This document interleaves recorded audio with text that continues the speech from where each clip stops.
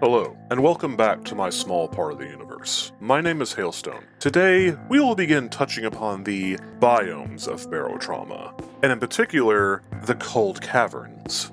So please, sit back, relax, and let us begin. The cold caverns as we know it are the last bastion for humanity in the solar system, as all else has gone quiet. Mars, Space Station 13, even the others have as well. As hostile as the lower depths on this ice shell are, we can owe our current existence to these frigid tunnels and pockets near the surface. Though, by no means are these waters empty, as they are still filled with schools of mud raptors, crawlers, and even the occasional abyssal monster that wanders up here. Though, I would think something like the endworm may get itself stuck in all honesty. Due to the proximity to the surface, the cold caverns often sport structures called ice spires, which, by themselves, aren't truly that much of a threat. Only perhaps a inconvenience in the midst of combat, or a new submarine captain who's gotten a little too big for his hat. Unfortunately, when a submarine is met with an ice spire, the ice of the protrusion is dense and tough enough to cause significant hull damage, though it will also often shatter itself as a result.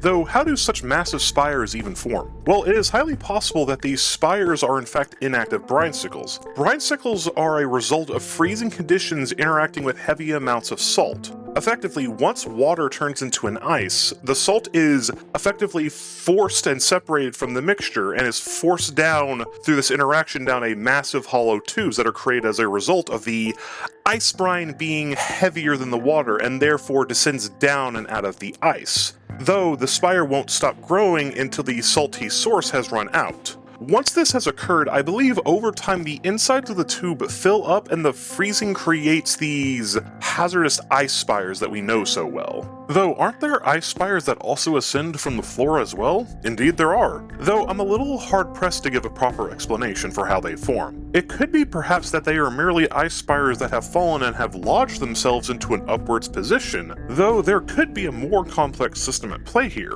Due to the active volcanic floor, it is possible that the ascending spires are formed by gushing hot salt water from the ocean depths, mirroring the process above, only inverted and scalding hot.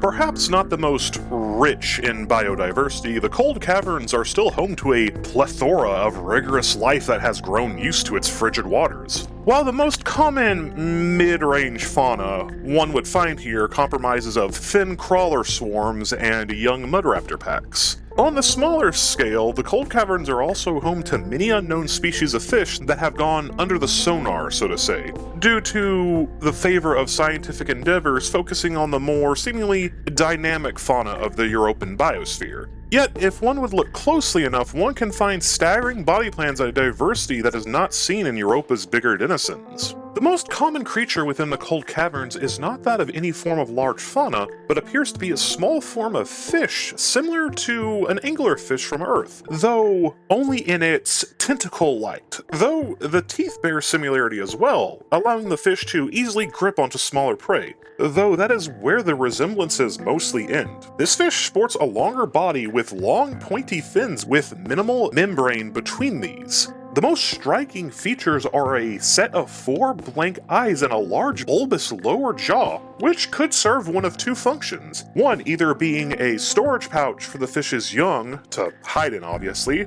or mayhaps some form of long-term food storage, though it could simply be also muscles that assist in the bite pressure on some poor prey item. The other common resident of the cold caverns is a small Cnidarian-esque creature, not too visually dissimilar from a comb jellyfish, though instead of using small rows of setae or flexing their umbrella to swim, I believe these glodarians have a hollow tube that they pass water through and, in a sense, just undulate around mindlessly about their environment. These glodarians also have a few small protrusions along their form and are fairly transparent, allowing its glowing nature to show a complex internal network of organs, though I could barely begin to speculate what function most of them serve, as that might be best left to another time. The caves and cliffs of the cold caverns are blank and barren, with little to no plant life as we understand it, but collections of some form of life do exist, albeit in very sparse conditions. I assume these clusters of life are either sponge-like or anemone-like life forms that dot the cold caverns landscape, surviving off drifting organic matter,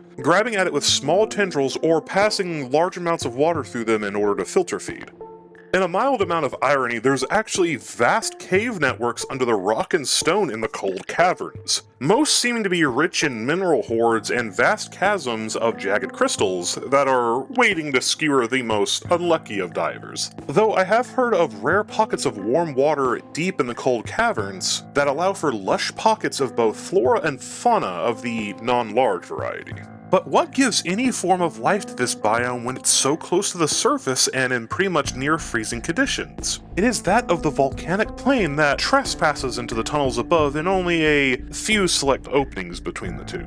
This is a place of rumors that hold vast treasure hoards of exotic minerals and beasts of jet black that haunt the waters, and myths of massive bioluminescent creatures that exist just out of eyesight, though the abyss is its own beast and one I will discuss later on its own.